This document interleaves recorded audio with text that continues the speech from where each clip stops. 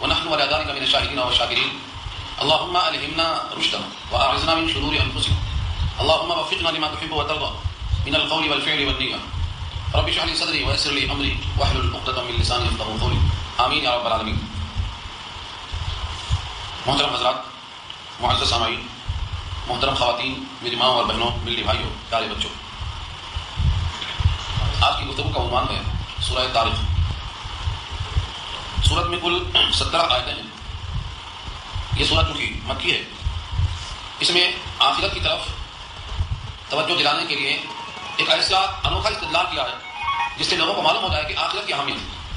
بہت سے لوگ ہیں مرنے کے بعد دوبارہ زندہ ہونے کے بارے میں شبہے میں پڑے ہوئے رہتے ہیں کہ ایسا ہوگا کہ نہیں ہوگا. کہ ان کا شک دور کرنے کے لیے اللہ رب العزت نے موجودہ شے سے معدوم شے پر استدلال بتایا. سورت کا نام طارق ہے اور پہلی ہی آیت میں آیا ہے والسماء والطارق. کسی طارق کے لفظ سے سورت کا نام سورہ والطارق رکھا گیا. 17 آیتوں میں آپ یہ محسوس کریں گے کہ اللہ تعالیٰ نے 2 چیزوں کی قسم کھائی، اور قسم کھا کر جو چیز ثابت کرنا مقصود ہے وہ ہے انسان کی تخلیق. جو ایک بار پیدا کر سکتا ہے وہ دوبارہ بھی پیدا کر سکتا ہے. تم کچھ بھی نہیں تھے، تم کو موجود کرنے پر قادر ہے، تو تم کچھ رہو گے، اس کو دوبارہ پیدا کرنے کا مشکل.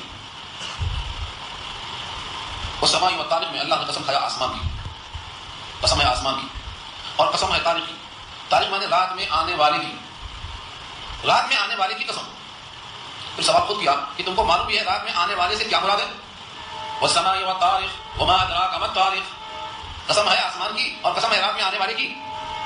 وما ادراک، تمہیں کیا معلوم. وما ادراک تو بار بار آ چکا ہے. وما ادراک، تمہیں کیا معلوم. ما الطارق، کون ہے وہ رات میں آنے والی. جواب دیا النجم الثاقب. نجم کے معنی تارا اور الثاقب کے معنی چمکدار، روشن تارا. بعض دفعہ قسم کیوں کھائی گئی سمجھ میں نہیں آتا. اگر سمجھ میں آ گیا کہ قسم کیوں کھائی گئی ہے تو پھر جان میدان پڑ جاتی ہے اور مزہ پڑ جاتا ہے. اگر آپ توجہ کے ساتھ سنیں گے کہ یہاں اللہ نے قسم کیوں کھائی اور کس چیز کی کھائی اور اس سے کیا ثابت کرنا چاہ رہے ہیں، تو آپ کی لذت میں اضافہ ہوگا. تارے ہیں، موجود ہیں دن میں بھی، مگر نظر رات ہی میں آتے ہیں، دن میں نظر نہیں آتے. مگر یہ ہماری آنکھوں سے مشاہدہ ہوتا ہے کہ تاروں کو رات میں ہم دیکھتے ہیں مگر دن میں ہم نہیں دیکھ سکتے، حالانکہ دن میں بھی وہ موجود ہیں. اللہ فرماتے ہیں کہ تمہارے نامہ اعمال میں محافظ فرشتے لکھ رہے ہیں، مگر نامہ اعمال کی کتاب تم کو آج نظر نہیں آتی، رات ہونے تو نظر آئے گی. تارے تو ہیں آپ، مگر رات ہوگی تو نظر آئیں گے، دن میں نظر نہیں آتے. نظر نہ آنے سے ان کا نہ ہونا یقین نہیں. ایسے ہی تمہارے لیے فرشتے نامہ اعمال لکھنے والے نمازیں لکھ رہے ہیں، روزے لکھ رہے ہیں، جھوٹ لکھ رہے ہیں، سچ لکھ رہے ہیں. تمہارے اعمال پر محافظ فرشتے تمہاری کتاب تیار کر رہے ہیں، مگر وہ کتاب تم کو آج نظر نہیں آتی ہے، رات ہوگی تو نظر آئے گی، اور رات ہے روح کا نکل جانا. والسماء والطارق، قسم ہے آسمان کی اور اس چیز کی جو رات کو نمودار ہونے والی ہے. وما ادراک ما الطارق، تمہیں کیا معلوم رات کو نمودار ہونے والی کیا چیز ہے. النجم الثاقب، چمکدار تارا، روشن ستارہ. النجم کوئی بھی تارا ہو سکتا ہے، لیکن الثاقب کے معنی چمکدار. یوں تو ہر تارا چمکدار ہے، آسمان کے ہر تارے میں روشنی ہے. لیکن اگر کوئی مخصوص تارا لے، اس کا نام سوریا ہے، سوریا جو سب سے اونچا سب سے چمکدار ہوتا ہے، بعض لوگوں نے مراد وہی کیا ہے. لیکن یہاں مطلب ہر تارا موجود ہے لیکن ہمیں نظر نہیں آتا. اللہ نے ان تاروں کی قسم کھا کے سوال کیا اور فرمایا ان کل نفس لما علیہا حافظ. ان نافیہ، ان یہاں نگیٹو ہے، نافیہ ہے نہیں. کل نفس، ہر نفس. لما علیہا، الا علیہا کے معنی میں. لما یہاں الا کے معنی میں. نہیں ہے کوئی نفس مگر اس پر ہے. کون ہے؟ حافظ، حفاظت کرنے والا، نگہبانی کرنے والا. ایک نہیں ہے، جمع ہے. اللہ نے دوسرے مقام پر فرمایا وَإِنَّ عَلَيْكُمْ لَحَافِظِينَ كِرَامًا كَاتِبِينَ. ان علیکم لحافظین، بے شک تمہارے اوپر ہیں حفاظت کرنے والے. آگے صورت آ رہی ہے کرامن کاتبین، یعنی لکھنے والے معزز فرشتے. تو وہاں تو جمع ہے حافظین، یہاں ہے واحد حافظ. حافظ کبھی کبھی محافظ کے معنی میں ہوتا ہے. حافظ قرآن کو حافظ کیوں کہا جاتا ہے؟ کیونکہ وہ قرآن کا محافظ بھی ہے، ایک گھر کا محافظ ہے. تو حافظ بمانا محافظ. کیا چیز کی محافظت کرتا ہے، کیا نگرانی کرتا ہے؟ ہر بندہ چاہے وہ کہیں بھی ہو، اس کے اعمال پر نگرانی کرنے والے فرشتے وہاں پہ موجود ہیں. تو حافظ میں جو کامن ناؤن ہے، نکرہ ہے، یہ عموم پر بات کرتا ہے اس نکرے کی وجہ سے، یعنی ہر نفس پر محافظ موجود ہے. اب محافظ کی 2 شکلیں، 2 قسمیں. ایک تو محافظ وہ ہے جو ہماری حفاظت کرتا ہے. جتنے بھی انسان دنیا میں ہیں، اللہ تعالیٰ نے ہر انسان پر فرشتوں کو متعین کر دیا ہے. کتنے فرشتے ہیں؟ ہم تو ایک ہیں، لیکن ہمارے اوپر کتنے فرشتے ہیں؟ 360. 360 فرشتے ہیں جو ہماری حفاظت کے لیے لگا رکھا ہے اللہ نے. جس میں سے 60 فرشتے صرف آنکھوں پر، صرف آنکھوں پر، 7 آنکھوں پر. اور کعب احبار جو پہلے یہودی عالم تھے، تورات کے ماہر تھے، بعد میں اسلام میں آئے، انہوں نے فرمایا کہ اگر یہ محافظ فرشتے نہ ہوتے تو شیاطین ہم کو اچل لیتے، شیاطین ہم کو اچل لیتے. سوچو وہ رب ہم پر کتنا مہربان ہے کہ ہماری حفاظت کے لیے اس نے 360 فرشتے لگا رکھے ہیں، جو کہ ہم نہ کسی کی غذا دیتے ہیں، نہ کسی کی تنخواہ دیتے ہیں، نہ کسی کی اذیت کا لحاظ تک کر سکتے ہیں۔ بندہ جب نہاتا ہے ننگے ہو کر وہ فرشتے ہٹ جاتے ہیں، مجامعات کرتا ہے، توبہ کرتا ہے وہ فرشتے ہٹ جاتے ہیں، صدر بولنے کا موقع آتا ہے، بولو براز کا تو فرشتے ہٹ جاتے ہیں۔ یہ فرشتے ہمارے ساتھ ہیں، ہم ان کے ساتھ رہنے کا بھی کبھی خیال نہیں کرتے۔ تو ہمارے ساتھ 360 فرشتے ہیں، ہر مومن کے ساتھ 360 فرشتے، ساتھ صرف نگاہوں پر۔ یہاں پر لفظ حافظ واحد استعمال ہوا ہے اور وہاں حافظین استعمال ہوا ہے، اور سورہ ذات پر 13 آیت 11 میں لہو معقبات من بین یدیہ، آگے اور پیچھے کئی فرشتے لگے ہوئے ہیں۔ لہو معقبات، معقبات جمع ہے معقبۃ سے، اور عقب مانے یہ بھی آگے پیچھے لگے رہتے ہیں۔ کوئی سمجھتا ہے ہم تنہا ہیں تو بہت بڑا دھوکہ ہے، مومن کبھی تنہا نہیں ہوتا، آگے اور پیچھے باڈی گارڈ ہوتے ہیں۔ اسی واسطے کہا گیا ہے وقت سے پہلے نہیں مرو گے، چھت کو روک لیں گے، آسمان کو روک لیں گے، گرے گا۔ یوسف علیہ السلام کو میں ڈال دیا تھا، کس نے روکا؟ ابراہیم کو آپ نے کس نے روکا؟ طائف محمود کے پتھروں کو کس نے روکا؟ آج یہ جگہ نہیں، آدمی کبھی کبھی ایسے حالات سے نکلتا ہے کہ بچنے کے امکان نظر نہیں آتے، لیکن اسے بچاتا ہے 360 فرشتے۔ لیکن جب اللہ تعالیٰ کا حکم آ جاتا ہے کہ اس حادثے میں اس کا وقت ہو گیا تو وہ فرشتے ہٹ جاتے ہیں، خدا کے حکم سے ہٹ جاتے ہیں۔ تو پہلا ترجمہ ہوگا ان کل نفس لما علیہا حافظ، نہیں ہے ہر نفس کہ اس کے اوپر محافظ موجود ہے۔ تو یہ حفاظت کرنے والے ہمارے جسم کی، اور بعض روایتوں میں یہ بھی آیا ہے صرف جسم کی حفاظت نہیں کرتے بلکہ ہماری روحانیت کا، ہماری نیکیوں کا بھی تحفظ کرتے، اور اللہ سے دعا کرتے یا اللہ اس کو نیک توفیق دے دے، نماز چھوڑنے نہ پائے، یا اللہ اس کو جماعت کی توفیق دے دے، یا اللہ اس کو فلاں نیکی کی توفیق دے دے۔ یہ فرشتے الگ ہیں، ان 360 سے الگ رہو۔ ان کے بارے میں اللہ نے خود کہا ہے وَيَسْتَغْفِرُونَ لِمَنْ فِي الْأَرْضِ، وہ فرشتے استغفار کرتے ہیں ان کے لیے جو زمین میں چلتے پھرتے مومن ہیں، فرشتے استغفار کرتے ہیں۔ تو ہماری نیکیوں پر محافظ ہیں، خاص طور سے آدمی کے کندھے پر دائیں اور بائیں جو دو فرشتے ہیں، بائیں والا برائی لکھتا ہے اور دائیں والا نیکیاں لکھتا ہے۔ لیکن حکم یہ ہے کہ جب داہنا نیکی دیکھتا ہے فوراً لکھنا شروع کر دیتا ہے، ارادہ کر کے لکھنا شروع کر دیتا ہے، ارادہ نیکی کا ارادہ نہیں لکھنا۔ لیکن بائیں والے کا حکم ہے ارادے پر نہیں لکھنا، جب تک گناہ نہ کر لے تب تک نہیں لکھنا، شاید توبہ کر لے، شاید بات آ جائے۔ تو بایاں فرشتہ گناہ ہونے کے بعد لکھتا اور دایاں فرشتہ نیکی کا ارادہ بھی لکھ لیتا، یہ اللہ کی طرف سے۔ تو جسم کی حفاظت، اعمال کی حفاظت، دعا استغفار۔ مگر یہاں جو مراد ہے وہ کچھ اور ہے۔ یہاں سے مراد یہ ہے کہ تمہارے اعمال کی حفاظت کرتا ہے، یعنی لکھتا ہے، اور لکھا ہوا نام اعمال ہر ایک کی گردن میں لگا ہوا ہے، مگر آج نظر نہیں آتا ہے، تب وہ نگاہ کی کتاب کا ایسا پھینکا جائے گا اور ہر ایک کے گلے میں پہنچ جائے گا، تب نظر آئے گا۔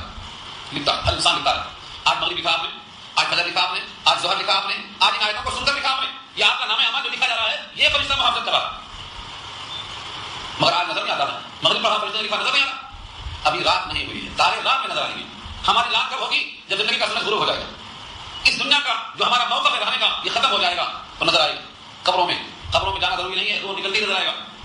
اللہ نے اس آیت کا پیغام دے دیا ہے، قسم ہے آسمان کی جہاں سے فرشتہ آتا ہے، جہاں سے تارے نکلتے ہیں، قسم ہے ان آسمانوں کی جہاں سے رات میں آنے والا نکلتا ہے، یعنی تارے، اور فرشتہ بھی وہیں سے آتا ہے لکھنے والا، یہ بھی رات میں نظر آتے ہیں اور وہ بھی رات میں نظر آتے ہیں۔ تارے اب بھی موجود ہیں، دن میں نظر نہیں آئیں گے، اعمال نامے بھی آج موجود ہیں مگر آج نظر نہیں آئیں گے۔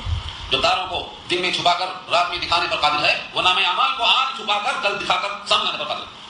ان کل نفس لما علیہا حافظ، ہر انسان پر محافظ موجود ہے، ایسا کوئی انسان نہیں ہے جس پر محافظ موجود نہیں۔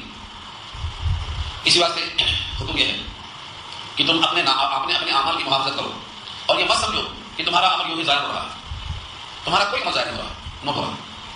اب سوال یہ ہوتا ہے کہ کیا اللہ رب العزت اتنے انسانوں کے نام اعمال میں نام اعمال لکھ رہے ہیں اور سب کے سب نظر آئیں گے؟ یہ تو بڑی قدرت چاہتا ہے، تقاضۂ قدرت، کس قدر قدرت چاہیے؟ تاروں کو دیکھ کر کبھی آپ کو اندازہ ہوتا ہے اتنے تاروں کو نکالنے والا کتنا قادر ہے؟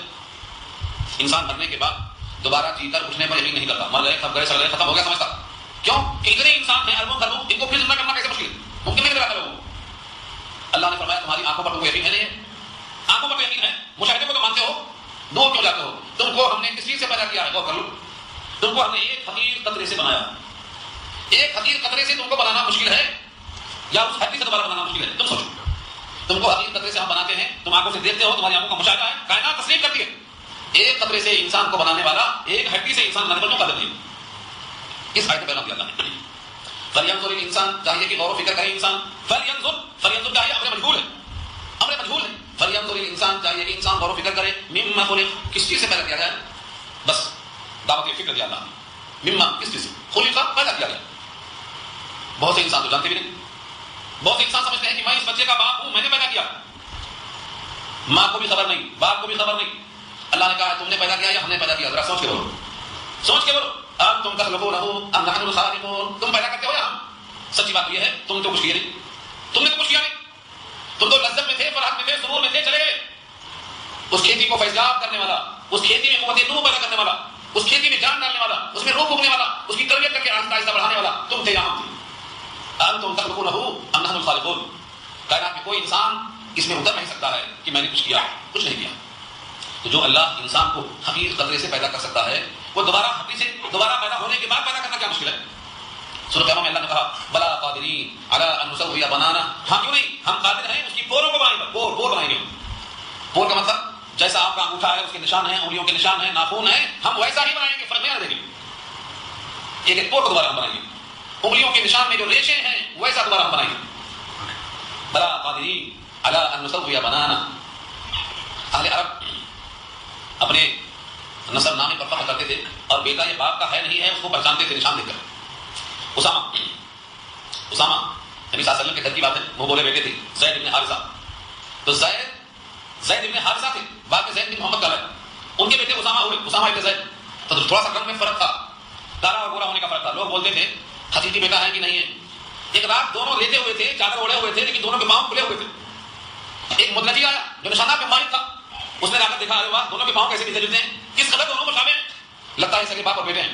چہرہ دیکھے میرے بولا، نشان دیکھ کر انسان اتنا پہچاننے والا بن گیا ہے، پیدا کرنے والا خالی نشان نہیں ہو سکتا۔ نبی صلی اللہ علیہ وسلم نے واقعہ سنا، مسکراتے ہوئے گھر میں آئے، بی بی عائشہ بولتی ہے کیا بات ہے، بڑے خوش ہیں یار، کیا لوگوں کا شک دور ہو گیا؟ اس مدلجی نے جو نشانات دیکھنے کا ماہر ہے، اس نے آج ایسا کہا، لوگوں کا شک دور ہو گیا۔ یعنی جو لوگ طنز کرتے تھے ان کے طنز کا علاج ان کی زبان کر دیا۔ مجھے بولنا یہ ہے ہر انسان کے باپ اور بیٹے میں ان نشانات میں مماثلت رکھا ہے اللہ۔ جو رب اتنا قادر ہو اس کے بارے میں یہ سوچنا کہ مرنے کے بعد دوبارہ کون کھڑا کرے گا، کیسے پیدا کرے گا؟ جس اللہ نے ایک مرد ہوا اور آدم سے کائنات کو بھر دیا ہے، وہی دوبارہ پھر پیدا کرنے پر قادر ہے۔ انسان کو چاہیے کہ غور و فکر کر لے، فَلْيَنظُرِ الْإِنسَانُ مِمَّا خُلِقَ، غور کر لے انسان کہ کس چیز سے پیدا کیا گیا۔ انسان کو نہیں معلوم، انسان سمجھتا ہے کہ کوئی چیز نہیں ہے ایسی کہ جو بتائی جا سکے۔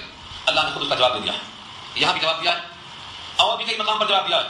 کیا جواب دیا؟ خُلِقَ مِن مَاءٍ دَافِقٍ، خُلِقَ پیدا کیا گیا ہے، مِن مَاءٍ پانی سے، کون سا پانی ہے؟ دافق، دافق کہتے ہیں اچھلتا ہوا پانی، اندفاق کے معنی اچھالنا، شہوت سے جو پانی نکلتا ہے اس کو اندفاق کہا۔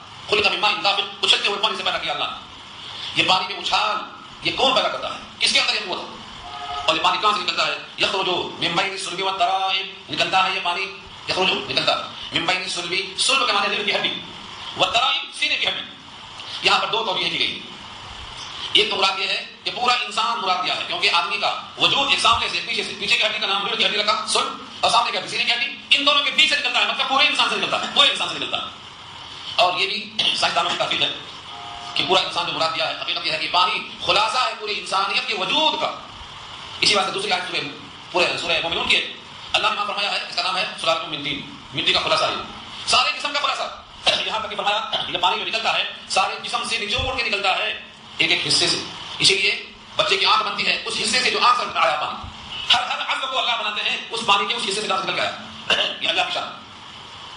اسی واسطے وضو کافی نہیں ہے، غسل واجب ہے، پورا جسم بھگانا واجب ہے، ورنہ جنابت ہے یہ پاک نہیں ہو سکتا، سارا جسم دھونا واجب ہے، فرض کیا اللہ لکھا ہے کہ اس میں انسان کا اصل جو دماغ ہوتا ہے، دماغ زیادہ اثر انداز ہوتا ہے، اسی لیے زیادہ جمع کرنے والے کا حافظہ اور دماغ کمزور ہو جاتا ہے، ذوق دماغ کا مریض ہو جاتا ہے۔ دماغ اس کا اصل محرک ہوتا ہے، اور دماغ کے ذریعے سے جو ریڑھ کی ہڈی ہے اس میں حرام بتی ہوتی ہے، اس کا تعلق ہوتا ہے خصوصیتین سے، جہاں آگے اسٹاک جمع ہوتا ہے وہاں سے پانی نکلتا ہے، اللہ بناتے ہیں۔